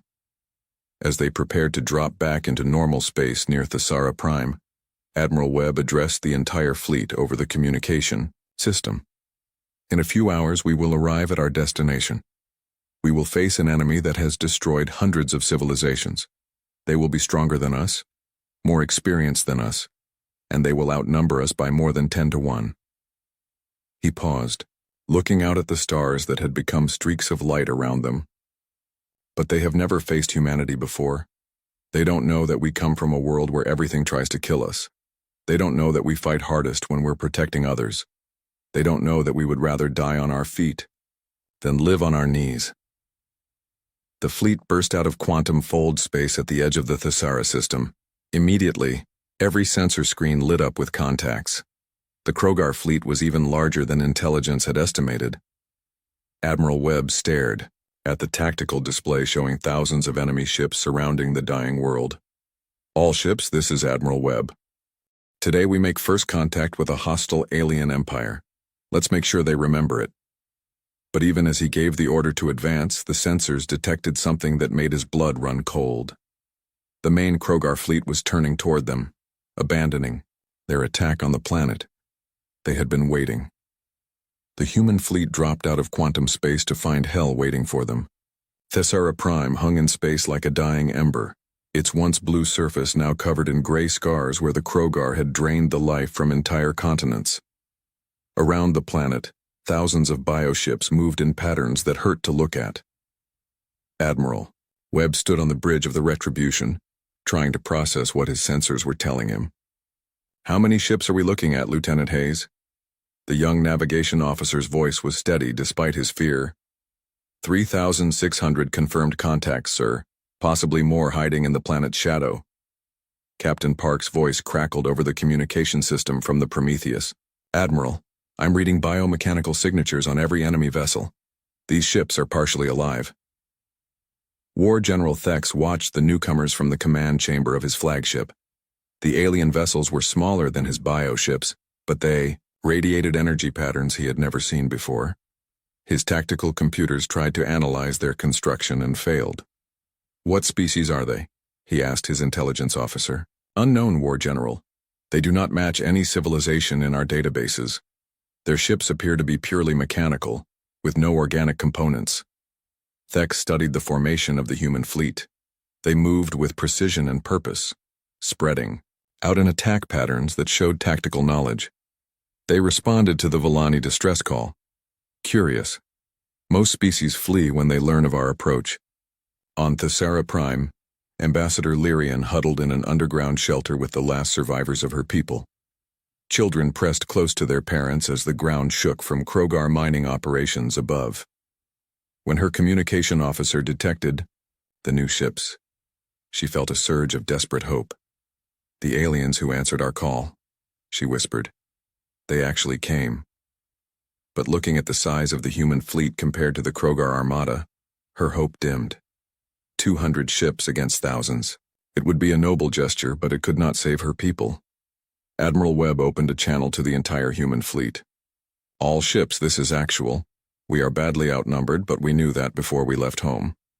These Krogar have never fought humans before. Let's show them what Deathworlders can do." The battle began when a group of Krogar scouts moved to intercept the human formation. The bioships accelerated with unnatural speed, their living hulls rippling as internal organs pumped energy to their weapons. Captain Rodriguez's destroyer, Defiance, was the first to engage. His ship's quantum displacement drive activated, phasing it partially out of normal space. The Krogar energy bolts passed harmlessly through the ghostly vessel. "Target acquired," his weapons officer reported, firing plasma cannon. The concentrated beam struck the Krogar scout ship dead center. The bio-armor bubbled and burned, but almost immediately began regenerating. Within seconds, the damage was completely healed. They can repair themselves faster than we can hurt them, Rodriguez reported to the fleet, switching to nuclear warheads. The missile struck the same scout ship and detonated. This time the explosion was too massive for the bioship to heal quickly, but instead of being destroyed, the vessel began absorbing debris from space, using the metal and organic matter to rebuild itself. War General Thex nodded with satisfaction. As expected. Their weapons are powerful but crude. Our ships will adapt and overcome. But he had not counted on human ingenuity. Captain Park on the Prometheus had been studying the enemy's regeneration patterns. All ships, this is Park. Concentrate. Your fire. Don't spread out your attacks. Hit one target with everything until it's completely vaporized. 5 human cruisers focused their weapons on a single Krogar fighter. Plasma beams, particle cannons, and nuclear missiles all struck the same target within seconds of each other. The bioship simply vanished in a ball of superheated plasma. It worked, someone shouted over the communication channel. Focus fire tactics are effective. But the Krogar adapted quickly. Their ships began moving in coordinated swarms, making it impossible to concentrate fire on individual targets. Worse, their weapons were more effective than expected. Krogar acid cannons ate through human armor like paper. The human ship Courage took a direct hit from a bioship's main weapon. The acid beam punched through the hull and began dissolving the internal structure. Captain Mitchell gave the order to abandon ship, but only half the crew made it to the escape pods before the vessel collapsed in on itself. Admiral Webb watched his fleet take casualties and knew they needed a new strategy. The quantum displacement drives were working, making human ships hard to target, but they couldn't stay phased indefinitely. The energy requirements were too high. Admiral, Dr. Vasquez called from her station. I'm detecting communication signals from the planet's surface. Ambassador Lyrian is trying to reach us. The Villani leader's image appeared on the main screen. Her blue skin was pale, and her large eyes showed exhaustion and fear, but her voice was steady. Human Admiral, we are grateful that you came, but you must know that direct assault will not work against the Krogar. We have been studying them for days. Their ships are not just alive. They are connected to each other through some kind of shared consciousness. What does that mean? Admiral, Webb asked. It means they learn from every attack. What hurts one ship, all ships will adapt to resist. But it also means they have a weakness. If you can disrupt their connection to each other, they become much less effective. Lieutenant Hayes looked up from his sensor readings. Admiral, I'm detecting massive bioelectric fields connecting all the Krogar ships. It's like a neural network spanning the entire fleet. Admiral Webb felt a spark of hope. Can we disrupt it? Possibly. If we could generate an electromagnetic pulse strong enough, it might interfere with their communication. But creating such a pulse would require enormous energy, more than any single ship could generate. Admiral Webb looked at his tactical display, counting his remaining vessels. He had started with 200 ships. Now he had 163. The battle continued to rage around Thesara Prime. Human ships darted in and out of combat, using their phase technology to avoid the worst damage. But the Krogar were learning to predict their movements, and more ships were falling. Captain Rodriguez led a desperate attack on a cluster of Krogar bioships that were preparing to bombard the planet's surface. His destroyer materialized in the middle of their formation and launched every missile he had. 3 enemy vessels were destroyed, but his ship took heavy damage in return. Hull breach on decks 4 through 7, his damage control officer reported. We're venting atmosphere. Seal the breaches and keep fighting, Rodriguez ordered. His ship limped away from the battle, trailing debris and frozen air. On the Prometheus, Captain Park was pushing her experimental systems to their limits. The quantum field generators were running at 120% capacity, far beyond safe parameters. Her engineering officer warned that they could fail at any moment. How long can we maintain this power level? She asked. Maybe 10 minutes, before the generators burn out completely. Park made a decision that would change the course of the battle. Prepare to transfer all power from life support and weapons to the quantum field array. We're going to create the biggest electromagnetic pulse in human history." Her crew stared at her in shock. "Captain, that will kill the ship, and probably us with it." "Better than letting those things reach Earth," Park replied. She opened a channel to Admiral Webb. "Sir, I have a plan to disrupt their neural network, but it's a one-way trip." Admiral Webb understood immediately. "Captain Park, I cannot order you to sacrifice your ship." "You're not ordering me, sir. I'm volunteering." As the Prometheus began channeling every ounce of energy into its quantum field generators, something unexpected happened. Other alien ships began appearing at the edge of the system. Not Krogar vessels, but sleek craft from a dozen different species. Dr. Vasquez studied the new arrivals with growing excitement. "Admiral, we're receiving communications from the incoming ships. They're from the Altarian Federation, the Centauri Republic, and at least 8 other civilizations." One of the alien captains appeared on the communication screen. He was tall and thin, with silver skin and 4 arms. "Human Admiral, I am Captain Zed of the Altarian Fleet. We have been monitoring your battle with great interest." "Are you here to help?" Admiral Webb asked. "We are here to observe.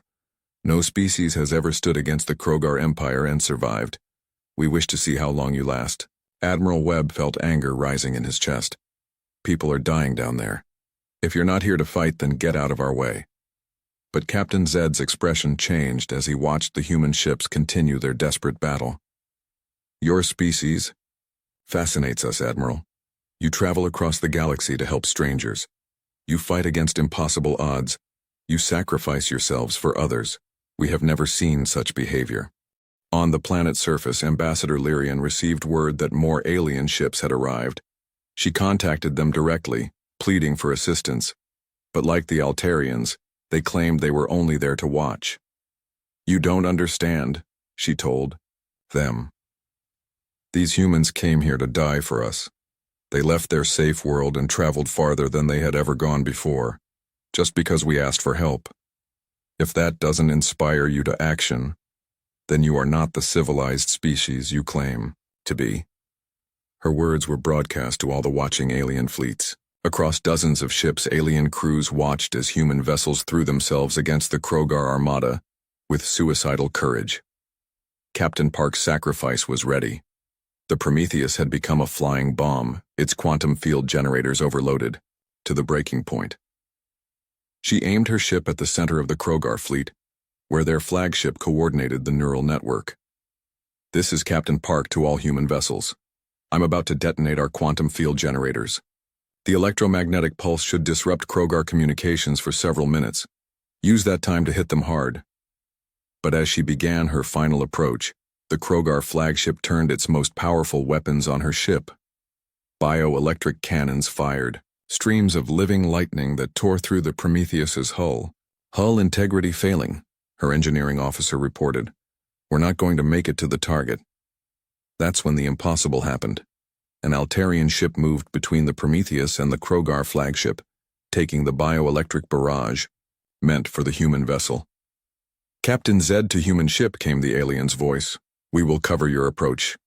Your courage has shamed us into action." More alien ships joined the attack. The watching fleets had seen enough human sacrifice.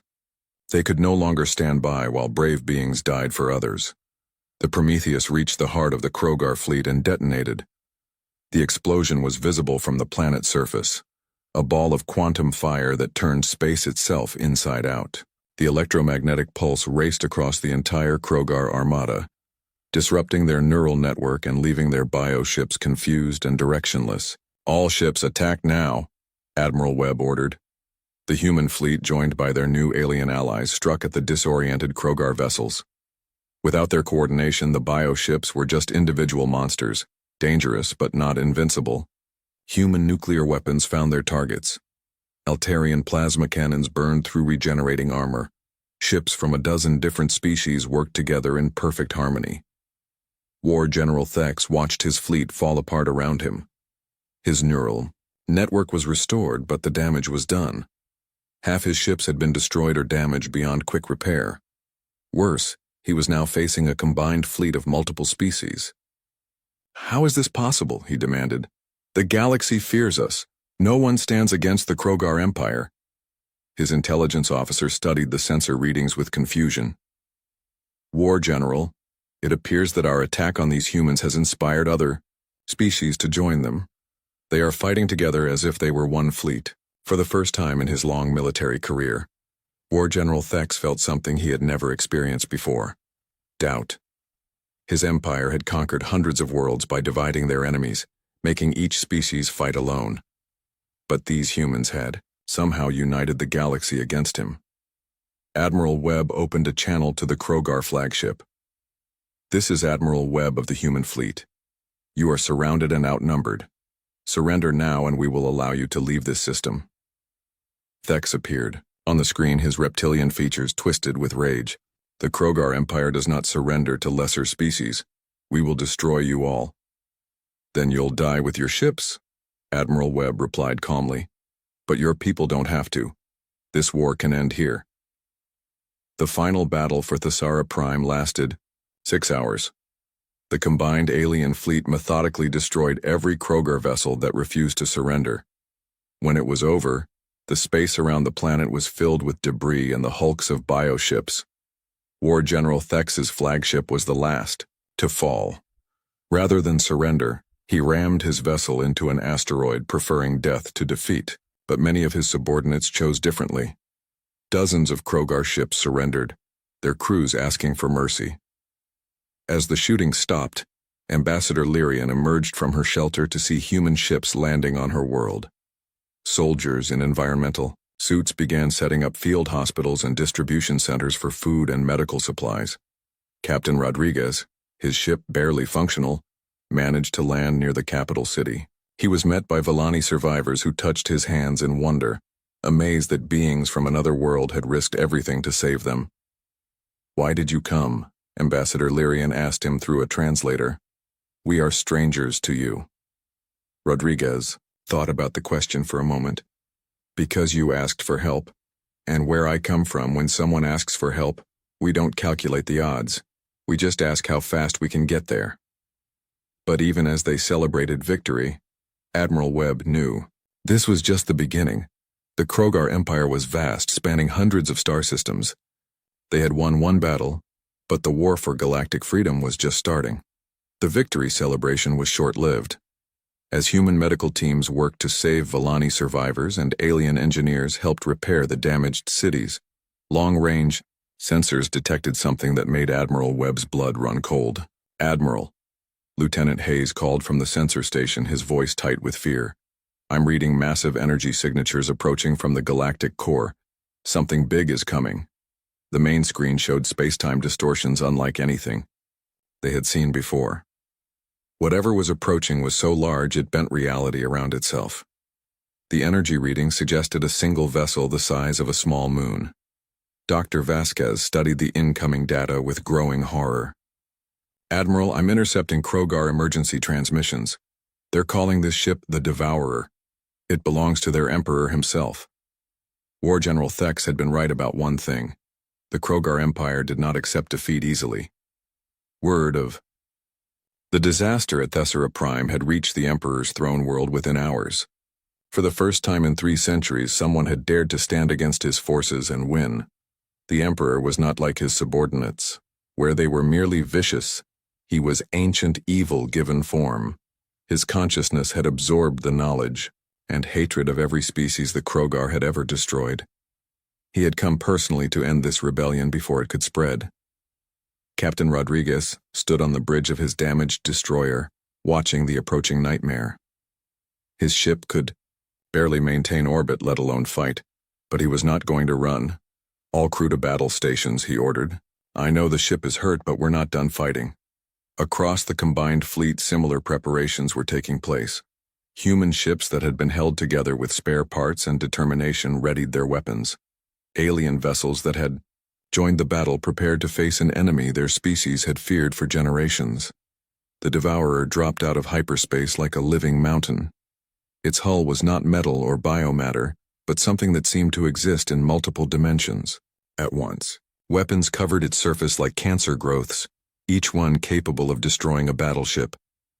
But worse than its size or firepower was its hunger. The ship radiated a psychic field that fed on fear and despair. Several alien crews immediately lost consciousness as their minds were overwhelmed by the Emperor's presence. Emperor Kethvar himself appeared on the communication channels, his image causing static and interference on every screen. He had once been reptilian like the other Krogar, but centuries of consuming other species had changed him into something beyond classification. "I am disappointed." His voice echoed across space like thunder. "I expected the species that defeated my war general to be more impressive. You are merely primitives with crude weapons," Admiral Webb responded from the Retribution, his voice steady despite the fear gnawing at his mind. "We're the primitives who just destroyed your invasion fleet. If you want to join them, you're welcome to try." The Emperor's laughter was like the sound of dying worlds. "Your bravery amuses me, little mammal. I will preserve some of your species to serve as entertainment. The rest will become part of my collection." The battle began when the Devourer opened fire with weapons that defied understanding. Beams of pure entropy struck human ships, causing them to age rapidly and crumble into dust. Reality-warping missiles created pockets of twisted space-time that trapped vessels in dimensional loops. The human ship Valiant took a direct hit from one of the entropy beams. Captain Williams watched helplessly as her hull plating corroded and her crew aged decades in seconds. She managed to evacuate most of her people before the ship collapsed into metallic powder. "Conventional weapons are useless," she reported, as her crew transferred to other vessels. "That thing exists partially outside our dimension." But the humans were not alone. The alien species that had joined the fight brought their own advanced technologies. Altarian ships fired beams of coherent light that could punch through dimensional barriers. Centauri vessels launched quantum torpedoes that exploded in multiple realities simultaneously. Still, it was not enough. The Devourer shrugged off their attacks like raindrops. Worse, it was learning from each weapon used against it, adapting its defenses in real time. Lieutenant Hayes made a discovery that changed everything. "Admiral, I've been analyzing the Emperor's ship. It's not just one vessel. It's made from the absorbed remains of hundreds of conquered ships, all connected by the Emperor's consciousness." "What does that mean for us?" Admiral Webb asked. "It means if we can disrupt his consciousness, the whole ship might fall apart. But how do you attack the mind of a being that had absorbed the knowledge of 400 civilizations?" Dr. Vasquez thought she might have an answer. "The Villani mental techniques," she said suddenly. "Ambassador Lyrian, your people have telepathic abilities. Could you reach the Emperor's mind?" From the planet's surface, Ambassador Lyrian's voice carried new hope. "Perhaps, but I would need to be close to him, very close." A desperate plan began to form. Captain Rodriguez volunteered to carry Ambassador Lyrian to the Devourer in his damaged destroyer. The ship was already beyond repair, but it might survive long enough to get close to the Emperor's vessel. "This is suicide." Admiral Webb pointed out. "Maybe," Rodriguez agreed, "but it's our best chance." As the Defiance made its final approach to the Devourer, the rest of the fleet created a diversion. Every ship opened fire at once, not trying to damage the massive vessel but to keep its attention focused away from the small destroyer. The Emperor noticed the approaching ship but dismissed it as another futile gesture. "Do they think one small vessel can harm me? I have consumed stellar nations. I have devoured the dreams of entire species." But Ambassador Lyrian was already reaching out with her mind, using telepathic techniques perfected over millennia of peaceful contact. She touched the edge of the Emperor's consciousness and gasped at what she found. "He's not one being," she whispered to Rodriguez. "He's thousands of trapped souls, held together by rage and hunger. They're screaming to be free."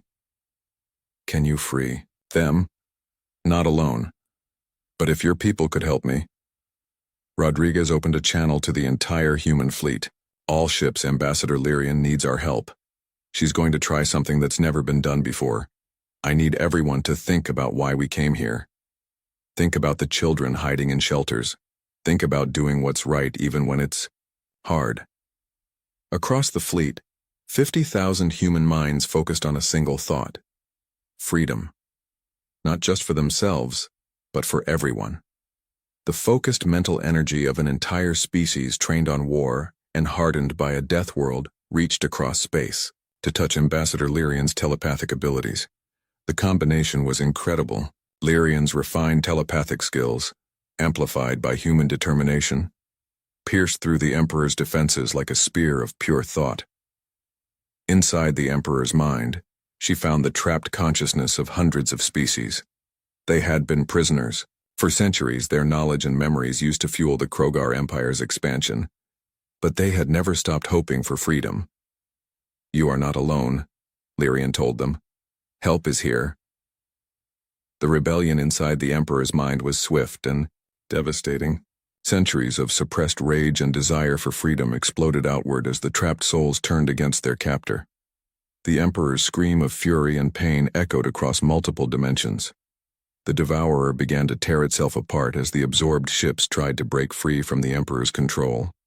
Hull plates that had been fused together for centuries separated violently. Weapon systems turned on each other as different parts of the ship fought for independence. "All ships pull back," Admiral Webb ordered. "That thing is coming apart." The explosion when the Devourer finally died was visible from 3 star systems away. The Emperor's death scream shattered windows on Thesara Prime and caused aurora displays in the atmospheres of gas giants. But more importantly, it sent a message across the galaxy that the Krogar Empire was not invincible. Rodriguez's destroyer was caught in the edge of the explosion, but they survived. As rescue ships arrived to pick up his crew, he found Ambassador Lyrian unconscious but alive. The telepathic effort had drained her completely, but she was smiling. "What did you see in there?" he asked when she woke up. "Freedom," she whispered. "I saw freedom." In the weeks that followed, the galaxy changed in ways no one had expected. Species that had hidden from the Krogar for centuries began to emerge from their hiding places. The Emperor's death had shattered the psychic network that controlled the entire Krogar Empire, leaving their remaining fleets confused and leaderless. More importantly, word of humanity's actions spread throughout civilized space. A young species from a death world had traveled across the galaxy to help strangers, then united dozens of other species in the fight for freedom. Ambassador Lyrian stood in the rebuilt council chambers of Thesara Prime, addressing representatives from over 50 different civilizations. The Villani had offered their advanced technology as promised, but humanity had surprised everyone by asking for something else instead. "We don't want your technology," Admiral Webb had said. "We want your friendship. We want to build something together that's bigger than any one species." The Galactic Defense Alliance was formed 3 months after the Battle of Thesara Prime. Its charter was simple: when someone calls for help, we answer. No matter how far away they are, no matter how dangerous the mission, no matter what the odds. The Alliance's first act was to hunt down the remaining Krogar fleets and offer them a choice: surrender and join the galactic community, or face the combined might of dozens of species working together. Most chose surrender. Captain Rodriguez was promoted to Admiral and given command of the Alliance's first joint task force. His new flagship was built using technology from 12 different species, but its crew was entirely human. Other species had learned that when you needed someone to charge into impossible odds, humans were the ones to call.